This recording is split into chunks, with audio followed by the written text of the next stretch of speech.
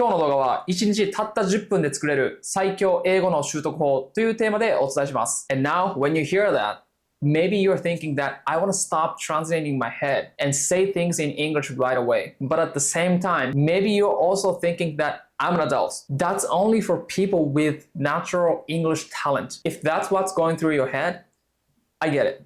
But here's the thing. If you actually understand and try what I'm gonna say in this video, it doesn't matter if you're an adult or if you suck at English in school. You'll be able to understand English as an English and actually you're gonna speak fluently. And here's why I can say that with full confidence. I started studying English when I was 20 years old, and before that, my life was all about baseball. I played baseball for 9 years. I had never been abroad. I had never been to cram school. I went to high school and college on baseball scholarships, so I haven't taken an entrance exam in my life. So I came from nothing. I started at the bottom. At the point where I started learning English, my English was below your level, 100%. But from that point, I became able to speak English within 6 months, and I had an opportunity to go to Australia as an exchange student. I backpacked in Europe and visited 9 countries, and there's nowhere in the world that I'm afraid to go. And I can come up to people and interview on the streets, and even I work as an English-speaking tour guide. So yeah, this is the proof. You can go from 0 to fluent, no matter where you're starting from. And it's not just me. This woman, she spent over 10 years studying English, and she joined 3 different English programs in the past. But she couldn't speak English. But she tried my method and her English turned around. She became able to speak English naturally and fluently and confidently. She was taking English conversation class in her town, and she speaks the most fluent English. And this woman, she was 22 years old. She was going to Canada for working holiday, but she didn't speak English well. She was very worried about her English is enough to live in Canada. And she tried my speaking method for 6 months, and her English was improving so much. She was hired as a barista in a cafe that native English speakers work. She could find her apartments by herself. She could survive in Canada by herself. And she came back to Japan and she's working with speaking English. She finally got a skill. She had a lot of opportunities. She has a lot of options for her life. She changed her life with English. There's not only a one case. There are actually so many people just like me who went from nothing to speaking English fluently and confidently. So in this video, I'm going to break down what an English brain actually is and what's going on inside the head of someone who has English brain and how you can actually start building your own English brain today. On my offshore line, I'm giving away the exact method that I used to go from 0 to speaking English fluently within just 6 months. A full pronunciation guide and way more high value content than what I put out on YouTube.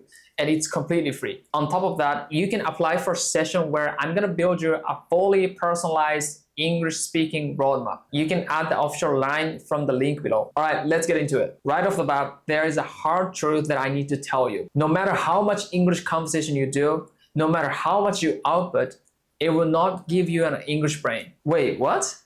Isn't it literally what fluent people do? Just talk a lot? That's probably what crossed your mind. But this is actually wrong. I'm sorry to say this. If you keep doing that, you're never gonna get an English brain. And now you're probably thinking, okay, what am I supposed to do? Don't worry, stick with me because I'm gonna show you exactly what's happening inside the head of someone who has English brain and walk you through the specific method that you can get there. Okay, first, let me ask you something. Let's say you get into a fight with your friends and you want to say something to your friends. いや、お前おかしいって。お前どうにかしてんじゃねえか。お前狂ってんじゃないの? Can you say them in English? So I want you to try putting each one of these in English. I'm going to give you 5 seconds.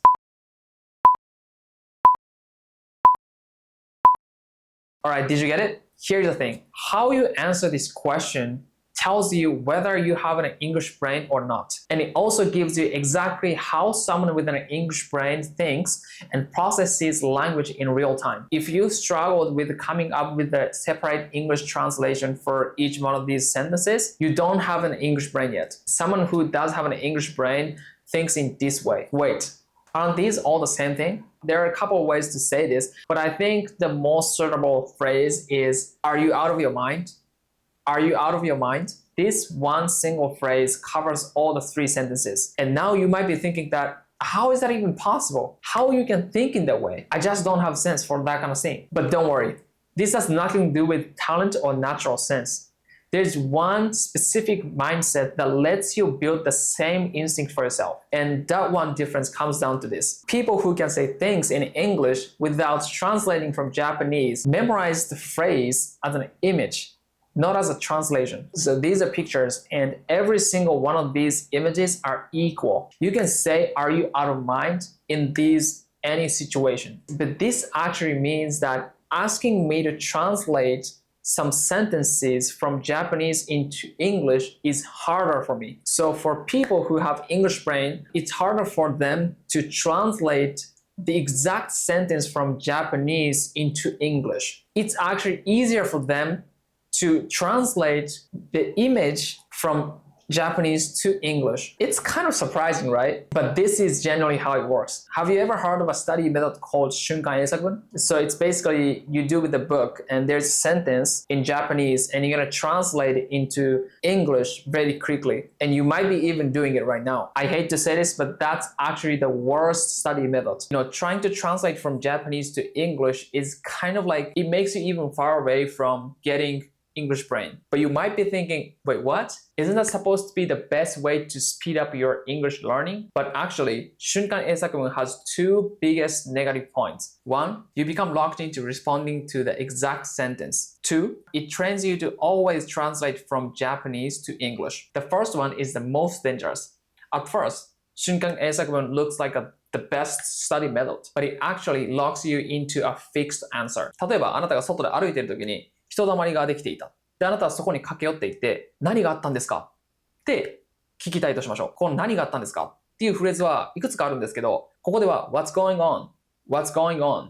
このフレーズにします。でも、この What's going on っていうのは、日本語でどうしたんですか？大丈夫ですか？何かあったんですか？何か起こってるんですか？これすべてを What's going on で表せます。And here's the problem. もし何があったのイコール What's going on っていうような瞬間英作文があるとして、それを練習してると、何があったのに対しての What's going on しか対応できなくなるんですね。でも、そういうシチュエーションっていうのは、普通に日本語が変わったりしますよね。何があったのだけじゃないと思うんですよ。何か起こったんですかになるかもしれないし、どうかしたんですかどうかされたんですかこうなるかもしれないし。And on top of that, this makes you think in Japanese every single time. But to become fluent, you want no Japanese in your head at the moment. So building the habits of Japanese in your head, and then English is exactly what you want to avoid. Like I said before, people with an English brain learns phrases as images. So what's going on gets connected to one specific scene. So when you meet the same situation in your life, the English will come out right away. No Japanese needed. 90% of English learners think the answer is very simple. Do more. Take more lessons. Do more output. And then it will just click. But that's completely wrong. The truth is, input is what decides everything. But this doesn't mean that everyone who can speak English has 100% English brain. Sometimes the English brain doesn't work, specifically in brand new situation, the topic you've never talked about, or very, very complex sentences. But actually, you already have some sentences that you can naturally say without thinking it in Japanese. You want to know what it is? It's, how are you? I'm fine, thank you. You can say it naturally without thinking in Japanese. The reason why you can do this is you've been saying these sentences for 100 times since you're a child. In school, maybe as an adult, you're just joking around saying, I'm fine, thank you, and you, right? So based on that, yes, you need some output to get used to saying these words. And so far, I talked about what an English brain is, but now you're probably thinking that, how do I build this? I want English brain, but how can I do this? Don't worry about it. I'm going to explain to you. And this is actually my original method. And there are 2 steps. I've said this so many times, but people with an English brain learns English with images. And there's only one type of content that gives you languages and images at the same time. Video. So pick English videos that you love to watch. YouTube, Netflix, anything. And learn vocabulary from them. Try to choose videos that matches your level.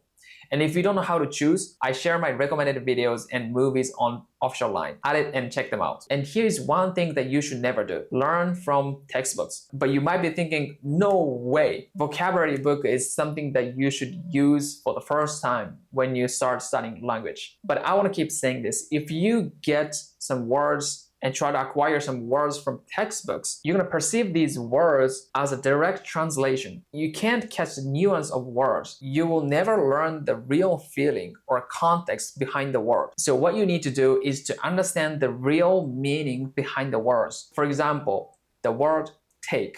If you look at the textbook, take イコール何々を取る。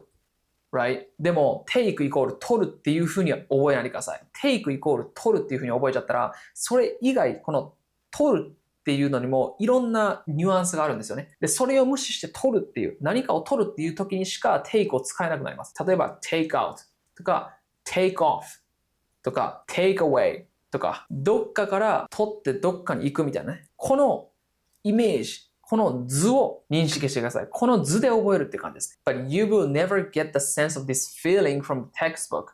That's why I should recommend using videos. And step 2, imagine your own scene and make your own sentence. Honestly, this is the most valuable and important part of this video. You cannot skip this step if you want an English brain. And if you skip it, everything from step 1 is going to be wasted. Let's start with not to do. Okay, this is a bad example. You pick a video, you watch a video, and you learn a new phrase, and you're going to be like, okay, oh, that's a good phrase. I'm going to write it down on a memo. And you're going to write it down, and then you keep watching it. That's such a terrible way to learn languages. But 90% of people actually do this and keep stuck in their level. But you might be thinking, what is wrong with that? It sounds okay. Do you remember what I said in the video? 2 elements to build an English brain is first, input through images, and 2, living the scene many times. If you only write it down on your notebook, you've just done step 1. You still have step 2. So what you should do next is you actually use the word to make your own scene and try to use the sentence. So for example, all right, so let's say there's a sentence. What am I going to do? What am I going to do? So usually you use this sentence when you're in trouble. You don't know what to do next, but you have to do something. Oh my God, what am I going to do? And when you watch the video and you learn the phrase, you try to use the phrase in your own scene. You make your scene. I'm going to do it now. I'm going to create the scene in my head. So I'm meeting up with my friends and we're having a conversation. I don't know, something happened at the cafe and someone is running away from the cafe. And I was saying to them like, what am I going to do? What are we going to do now? Right?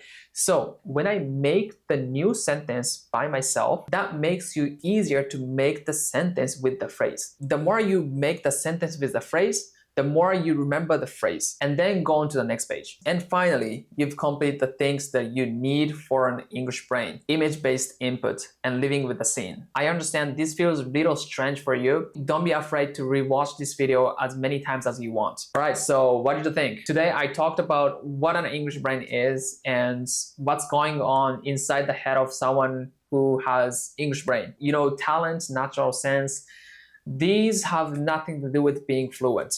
If you use the right method in the right way, you can get there too. So why 90% of English learners are not able to speak English fluently? It's because they keep doing the wrong thing for ages. If you keep going without realizing it, your dream of being fluent and having a natural conversation with people, the dream never come true. That's why I'm giving away a video that shows that I used to go from 0 to be fluent in 6 months. If you want that video, go to the description and click the link below. And also, if you add an offshore line, I build you a fully personalized English roadmap. People who joined this session said, I finally know what to do and I could recognize my level right now, or I don't feel lost anymore. So if you're interested, add my offshore line, you can click the link below and I'll send you to for free. So that's it for today. Thanks so much for watching. If you are interested in my video, give me a like and please subscribe. I'll see you in the next video.